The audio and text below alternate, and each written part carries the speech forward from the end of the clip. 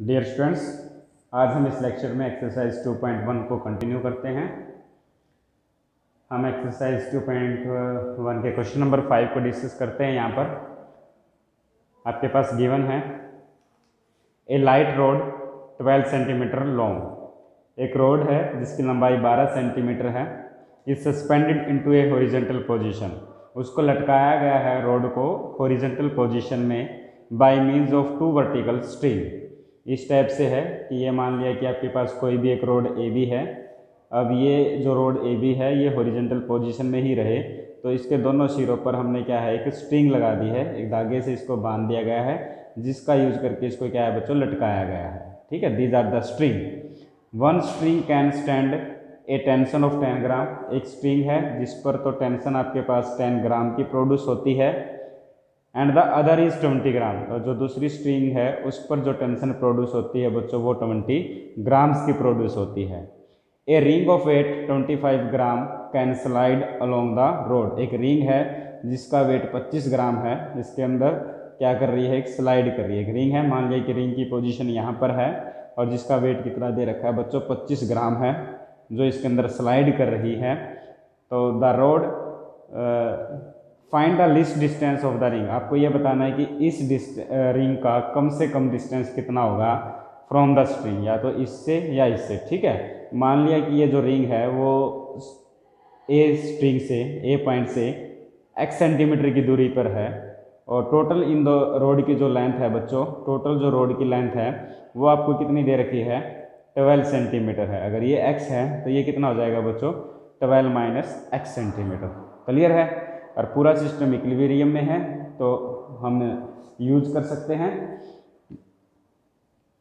आपने पढ़ा भी था दी फोर्सेज आर इन इक्विलिब्रियम, और देयरफॉर अगर फोर्सेज इक्विलिब्रियम में है तो ईच फोर्स इज, जो हर एक फोर्स होगा, that is proportional to the distance between the other two. Clear है? ये रिजल्ट आपने पढ़ा था एनालॉजीज ऑफ लेमिस थ्योरम में। अगर forces are in equilibrium then each force is proportional to the distance between the other two. तो एक तो फोर्स आपके पास 20 है, एक आपके पास 10 है, और एक आपके पास क्या है 25।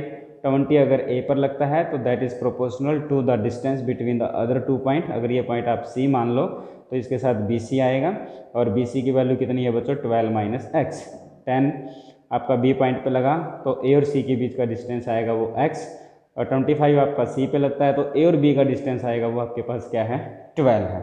Okay students, from this we have 25 last two term, 25x is equal to 10 into 12, और x is equal to 10 into 12 by 25, 5 2 ज़ा 5 5 ज़ा, that is 24 by 5, and that is 4.4 by 5 centimetre. Okay, एक तो डिस्टेंस आ जाता है आपके पास 4 बाई 5, और एक आपके पास डिस्टेंस आ जाता है ए टू सी था, फिर आपके पास बी टू सी निकलेगा। बी टू सी आपके पास 12 माइनस एक्स है, that is 12 minus 24 by 5, and 5 आपने एलसीएम लिया, 12 पंजे 60 माइनस के 24, that is 36 by 5, that is equal to 7, 1.5 centimetre. Okay, तो आपके पास जो डिस्टेंस है वो कितना आ जाता है बच्चों, 24 by 5 centimetre from the point A, and 36.5 centimetre from the point B. Okay, तो जो स्मॉलेस्ट डिस्टेंस की बात कर रहे हैं तो वो स्मॉलेस्ट डिस्टेंस कितना हुआ, 24 by 5 from the point A, और हमसे यही पूछा गया था। Okay students, now we discuss question number 6 here. Two like parallel forces P and Q act at a given point of a body. मान लेते हैं ये आपकी कोई भी एक बॉडी है, इस पर दो पॉइंट है, एक पॉइंट ए और एक पॉइंट आपके पास बी है, और लाइक पैरेलल फोर्सेस हैं, तो मान लेते हैं कि ए पॉइंट पर जो फोर्स अप्लाई हुआ वो आपके पास P है, और बी पॉइंट पर जो फोर्स अप्लाई हुआ वो आप मान लेते हैं Q है। लाइक पैरेलल फोर्सेस हैं, और इन दो फोर्सेस का हम रिजल्टेंट मान लेते हैं कि आपने माना कि जो इन दो फोर्सेस का रिजल्टेंट है वो R है, जो पॉइंट किस पे एक्ट करता है, C पर एक्ट करता है। Two like parallel forces P and Q act at a given point of a body, if Q भी change to P square by Q। ये कहता है कि अगर Q को चेंज कर दिया जाए Q स्क्वायर बाई P से, तो show that the line of the action of the resultant, तो जब Q को हम मान लेते हैं कि जब Q को क्यू स्क्वायर बाई पी से चेंज कर दिया तो जो नया रिजल्टेंट आया और उसका नाम हमने बच्चों क्या रख दिया है, उस नए रिजल्टेंट का नाम हमने R1 रख दिया है, जो पॉइंट किस पे लगता है, C डैश पे लगता है। Okay, show that the line of the action of the resultant is same as it would be if the forces were simply interchange. फिर कहता है कि अगर Q और P को सिंपली इंटरचेंज कर दिया जाए तब जो रिजल्टेंट आएगा, हम अपनी मर्जी से मान लेते हैं कि तब रिजल्टेंट क्या आया है, R2 आया है, और वो किस पॉइंट पे लगता है, C डबल डैश पे। ठीक है, ओके। स्टार्टिंग में आपके पास दो पैरेलल फोर्सेस थे, उनका रिजल्टेंट हमने R माना जो पॉइंट C पर एक्ट करता है। फिर कहता है कि अगर Q को P स्क्वायर बाई Q से Q को अगर Q स्क्वायर बाई P से चेंज कर दिया जाए, सॉरी Q को किससे चेंज कर दिया जाए, P स्क्वायर बाई Q से चेंज कर दिया जाए, तो चेंज करने पर हम मान लेते हैं कि नया रिजल्टेंट R1 है जो पॉइंट C डैश पे लगता है। फिर वो कहता है कि फोर्सेस को अगर सिंपली इंटरचेंज कर दिया जाए, Q को P से रिप्लेस कर दे और P को Q से रिप्लेस कर दे, तो तब जो रिजल्टेंट आया वो R2 मान लेते हैं और वो C डबल डैश पे लगता है। तो हमें ये शो करना है कि दोनों सिचुएशन में जो रिजल्टेंट की लाइन ऑफ एक्शन है वो सेम आए, मतलब C डैश और C डबल डैश क्या कर जाए, कंसाइड कर जाए। मतलब इंटरचेंज करने पर P को Q से, Q को P से चेंज करने पर और Q को P स्क्वायर बाई Q से रिप्लेस करने के बाद जो रिजल्टेंट आएगा उनका लाइन ऑफ एक्शन क्या रहे बच्चों, सेम रहे, मतलब वो एक ही पॉइंट से होता हुआ गुजरे, ये हमें शो करना है। ठीक है, इसको शो करते हैं। हमने मान लिया कि वो एक जगह पर कंसाइड नहीं करते, एक का रिजल्टेंट आपका C डैश पे है और एक का रिजल्टेंट क्या है, C डबल डैश पे। ओके, तो डिस्कस करते हैं केस 1 के केस में। केस 1 में, ठीक है, केस 1 में एक तो फोर्स आपके पास P है, एक आपके पास Q है जिसको आपने रिप्लेस कर दिया है P स्क्वायर बाई Q से, और एक आपके पास रिजल्टेंट है R। ओके, P अगर आपका A पॉइंट पे लगता है तो इसके साथ आएगा B C डैश, और Q आपका अगर B पॉइंट पे लगता है तो इसके साथ आएगा बच्चों A C डैश। R अगर आपका R1 है P, और इस केस में अगर R1 आपका C डैश पे लगता है तो इसके साथ आएगा AB। तो फर्स्ट टू केसेस लेते हैं। P by B C dash is equal to P square by Q A C dash. From cross multiply we have P Q A C dash is equal to P स्क्वेयर B C dash. तो P Q by P square is equal to B C dash by A C dash. तो this implies we have Q by P is equal to B C dash by A C dash. Okay students, second case लेते हैं। जब P और Q को आपस में interchange कर दिया, मतलब A पॉइंट पे तो फोर्स अब क्या है, Q, और B पॉइंट पे फोर्स क्या है, P। तो इस सिचुएशन में आप लेंगे P Q, और इस सिचुएशन में रिजल्टेंट है R2। अब आपका P कहाँ पे लग रहा है बच्चों, B पॉइंट पे लग रहा है, तो B पे लगा तो इसके साथ आएगा A C double dash. Q कहाँ पे लग रहा है, A पे, तो इसके साथ आएगा B C double dash. R2 कहाँ लगा, C डबल डैश पे, इसके साथ आएगा आपके पास बच्चों AB। Okay, from this two cases we have PQ is equal to AC double dash by BC double dash. Okay, तो this implies P by Q, और फ्रॉम दैट से Q बाई P लिख लेते हैं। Q बाई P आ जाएगा BC double dash by AC double dash. Okay, ये भी बच्चों Q बाई P के इक्वल है और ये भी Q बाई P के इक्वल है, तो इसका मतलब क्या होगा, ये आपस में इक्वल होंगे। तो आपस में इक्वल होंगे तो आपके पास क्या आ जाएगा, BC dash by AC dash is equal to BC double dash by AC double dash. Okay, इस डायग्राम से समझिए, ये कहता है कि BC dash by AC dash is equal to BC double dash by C double dash. ऐसा कब possible है, B और A के बीच में दो पॉइंट ऐसे हैं, एक पॉइंट C डैश है और एक C डबल डैश है, मतलब BC dash by AC dash equal है BC double dash by AC double dash. ऐसा तो तभी पॉसिबल है जब point C and C double dash आपस में क्या कर जाएंगे बच्चों, कंसाइड कर जाएंगे। तो it is possible only if point C dash and C double dash coincide. Point C dash और सी डबल डैश क्या कर जाएं बच्चों, कंसाइड। यही तो हमें शो करना था कि जो रिजल्टेंट है उस पर कोई भी फर्क ना पड़े, रिजल्टेंट के लाइन ऑफ एक्शन पर कोई भी इफेक्ट ना पड़ता हो। Okay students, now we discuss question number 7 here. Two like parallel forces P and Q act point A and B of a body. Like parallel forces हैं, मान लिया ये आपने कोई भी एक बॉडी कंसीडर कर ली, ये A और ये B पॉइंट मान लिए। टू लाइक पैरेलल फोर्सेस हैं, एक फोर्स मान लेते हैं कि आपके पास P A पॉइंट पे एक्ट करता है और जो फोर्स Q है वो B पॉइंट पे एक्ट करता है। Two like parallel forces P and Q act at point A and B of a body, they resultant meet AB। इनका मान लेते हैं कि जो रिजल्टेंट है R वो मीट करता है AB को पॉइंट C पे। When the forces are interchange, जब फोर्सेज को इंटरचेंज कर देते हैं तो जो नया रिजल्टेंट आया है, इंटरचेंज करेंगे मैग्नीट्यूड तो सेम रहेगा बट उसकी पोजीशन बदल सकती है, ठीक है ना। तो when the forces are interchange then the resultant meet. तो इस सिचुएशन में जो नया रिजल्टेंट है उसका मैग्नीट्यूड R तो सेम रहेगा लेकिन वो AB को पॉइंट D पर मीट करता है। अगर ऐसा है तो शो कीजिए P/Q is equal to 2/1। Statement समझ में आ गई आपके बच्चों। दो लाइक पैरेलल फोर्सेस दे रखे हैं P और Q, जो पॉइंट A और B पर एक्ट करते हैं, उनका रिजल्टेंट R है, C पॉइंट पे एक्ट करता है। P और Q को इंटरचेंज कर दिया, मतलब P की जगह पर Q कर दिया, Q की जगह पर P कर दिया, उसकी वजह से मैग्नीट्यूड ऑफ रिजल्टेंट तो सेम रहेगा बट उसकी लाइन ऑफ एक्शन चेंज हो जाएगी और वो पॉइंट D पर एक्ट करता है। और साथ में ये भी दे रखा है कि A टू C का जो डिस्टेंस है वो किसके इक्वल है बच्चों, D टू C, मतलब A to C is equal to C to D। अगर ऐसा है तो शो दैट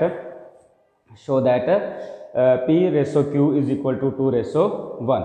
ओके स्टूडेंट्स, तो फर्स्ट केस लेके चलते हैं। केस 1 में आपके पास फोर्स P है, Q है, रिजल्टेंट R है और R की वैल्यू क्या होगी P/Q because forces are like. P अगर A पॉइंट पे एक्ट करता है तो उसके साथ BC आएगा, Q अगर आपका B पॉइंट पे एक्ट करता है तो इसके साथ AC आएगा और इसके साथ आपके पास क्या आएगा, AB आ जाएगा, ठीक है। तो from this two term we calculate AC is equal to Q times of AB divide by P/Q।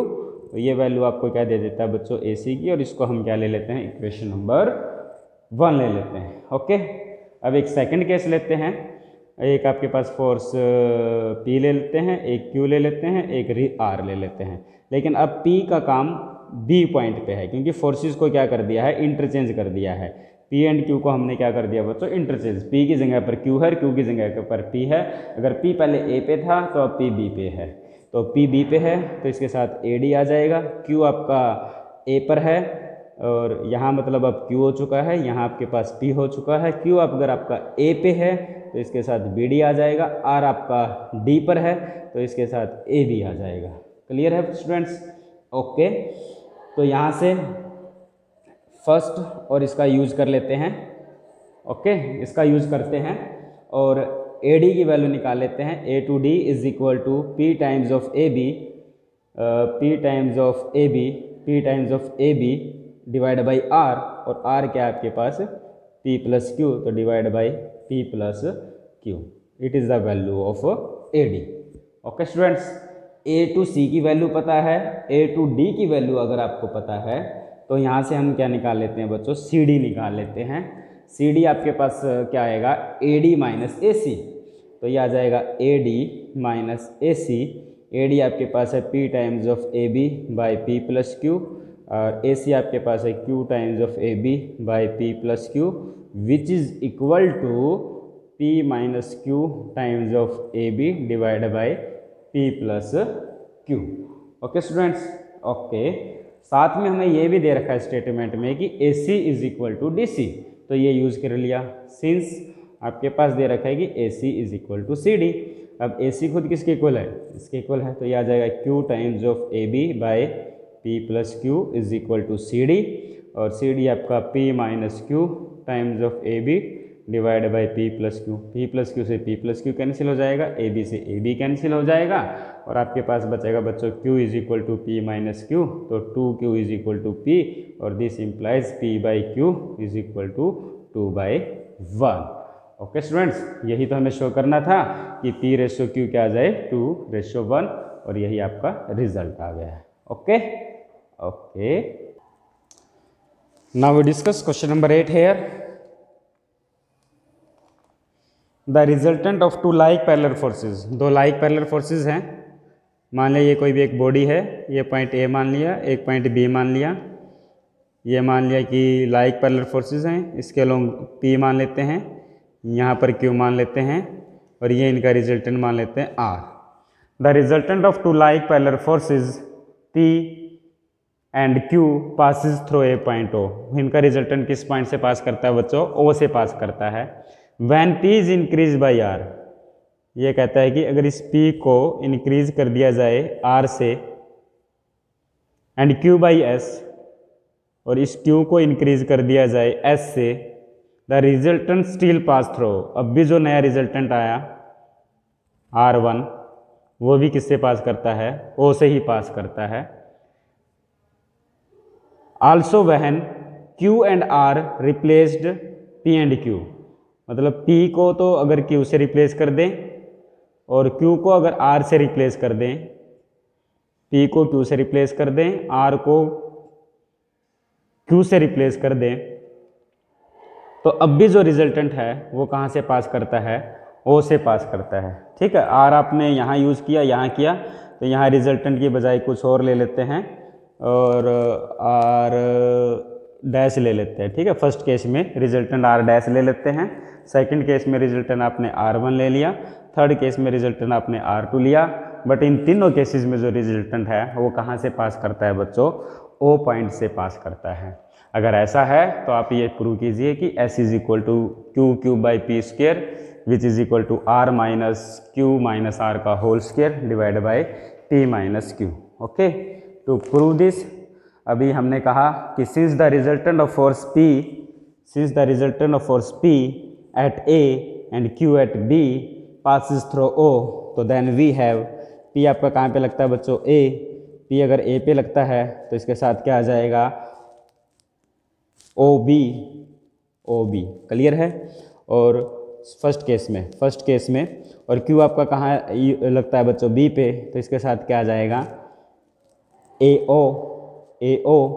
और इन दोनों का रिजल्टेंट अगर हम R डैश लिखते हैं तो इसके साथ क्या आ जाएगा बच्चों? AB।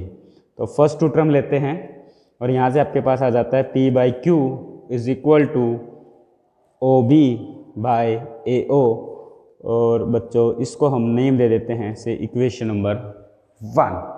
ओके, अब सेकंड केस लेते हैं। सेकंड केस में P की बजाय फोर्स क्या है? P प्लस R है। Q की बजाय फोर्स क्या है? Q प्लस S है। R डैश की बजाय नया रिजल्टेंट R1 माना, P प्लस R भी A पे लगता है, नया रिजल्टेंट भी O पर ही है, तो इसके साथ तो सेम वही आएगा। P प्लस R अगर A पे है तो इसके साथ O भी आ जाएगा। Q प्लस S अगर आपका B पे है तो इसके साथ AO आ जाएगा। R1 आपका O पे है तो इसके साथ A भी आ जाएगा। तो फर्स्ट टू टर्म यहाँ से भी लेते हैं तो आपके पास बच्चों आ जाता है P plus R by Q plus S is equal to OB by AO, और ये मान लेते हैं बच्चों इक्वेशन नंबर 2। क्लियर है? थर्ड केस की बात करते हैं। थर्ड केस में जहाँ P था वहाँ आपके पास Q है, और जहाँ आपके पास Q था वहाँ आपके पास R है, और नया रिजल्टेंट का नाम हमने R2 दे दिया। अब P की जगह पर Q है, मतलब यहाँ पर Q है, पॉइंट A पर लगता है, तो इसके साथ OB आ जाएगा। Q की जगह पर R है, पॉइंट B पे लगता है, तो इसके साथ आपका AO आ जाएगा। R2 O पर लगता है तो इसके साथ AB आ जाएगा। ठीक है, फिर लास्ट की दो टर्में लेते हैं तो Q by R is equal to OB by AO, और इसको बच्चों हम इक्वेशन नंबर 3 ले लेते हैं। Okay students, okay, now we solve equation number 1, 2 and 3 to get the desired result. Okay, to solve this, तो from equation number 1 and 2 and 3 यहाँ पर आपने देखा कि इक्वेशन नंबर 1, 2 और 3 में क्या है आपके पास? ओके स्टूडेंट्स, इक्वेशन नंबर 1 में आपके पास ये भी ओ बी बाई ए ओ के इक्वल है, ये भी ओ बी बाई ए ओ के इक्वल है, और ये भी ओ बी बाई ए का। इसका मतलब ये आपस में तीनों क्या होंगे, इक्वल होंगे। तो from equation number 1 and 2 we have, from equation number 1 and 2, from 1 and 2 we have. Equation number 1 में आपके पास क्या है बच्चों, इक्वेशन नंबर 1 में आपके पास है p बाई क्यू, और इक्वेशन नंबर 2 में आपके पास है p plus Q by Q plus S. तो इनको आपस में इक्वल रख देते हैं, तो that is equal to p by, sorry here is some mistake, p plus R, here is p plus R, ठीक है ना। तो p बाई क्यू, तो from that from 1 and 2 we have p by Q, p plus are by Q plus S is equal to p by Q. Okay students, अगर ये आपस में equal हैं तो क्या होगा, अगर ये आपस में इक्वल हैं तो इनकी आपस में क्या है बच्चों, रेशो भी सेम होगी। तो अब हम क्या कर लेते हैं, तो अब क्या किया, अगर ये रेशो सेम है तो ये भी रेशो सेम रहेगी, p plus R minus P, ये इसमें से माइनस कर दिया, q plus S minus Q. Okay, ratio का रूल है, अगर ये दोनों रेशो सेम है तो इन दोनों को अगर हम आपस में माइनस कर दें तो भी वो क्या रहेगी, सेम रहेगी बच्चों। ओके, तो यहाँ से p से p कैंसिल, q से q कैंसिल, तो यहाँ से क्या आएगा r बाई एस, और इसको हम क्या ले लेते हैं, इक्वेशन नंबर 4 ले लेते हैं। तो फ्रॉम 3rd and 4, तो from equation number 3rd and 4, okay, third में तो आपके पास क्या था, q बाई आर है, in third equation q by R, ठीक है। q बाई आर किसके इक्वल है बच्चों, p बाई क्यू के, q by R is equal to p by Q. तो we have q by R is equal to p by Q, और but p by Q किसके equal है बच्चों, r by s के equal है, r by s के equal है। Okay students, तो यहाँ से हमें क्या मिलेगा, p by Q is equal to q by R, p by Q is equal to q by R. तो this implies r p is equal to Q square, और this implies r is equal to Q square by P, r is equal to Q square by P. Okay students, तो ये हमें s के equal लेके आना है, ठीक है। r की वैल्यू निकाल ली हमने, r is equal to Q square by P, और एक स्टेप और है ये वाला, ये लेके चलें कि p by Q is equal to r by S. तो from that s is equal to S P is equal to R Q, तो this implies s is equal to R Q by P, और यहाँ से r की value put कर देते हैं, तो यह आ जाएगा Q square P into Q by P, तो that is equal to Q cube by P square. Okay, तो हमने ये वाला पार्ट प्रूव कर दिया कि s is equal to Q cube by P square. Now we prove the next part. Okay, तो from again equation number 4 है, equation number 4 में आपके पास क्या है, ये equation number 4, from equation number 4 we have p by Q, we have p by q is equal to q by r, p by q is equal to q by r, and that is also equal to p minus q, आपस में इन दोनों का difference ले लेते हैं, p minus q divide by q minus r, and students r by s, यहीं से r by s is equal to q by R, r by S is equal to q by R. Okay, तो यहाँ से भी इन दोनों का difference same हो जाएगा, r minus Q by S minus R. Okay students, और इसको लिखा जा सकता है, माइनस कॉमन लिया, q minus R divide by s minus R. Okay, और इनको कंसीडर कर लेते हैं, ये इक्वेशन नंबर 5 और ये इक्वेशन नंबर 6। तो from this p by Q r by S ये आपस में इक्वल हैं, ये टर्में आपस में इक्वल हो जाएंगी। तो इसका मतलब आपके पास p minus Q by Q minus R is equal to minus of Q minus R by S minus are.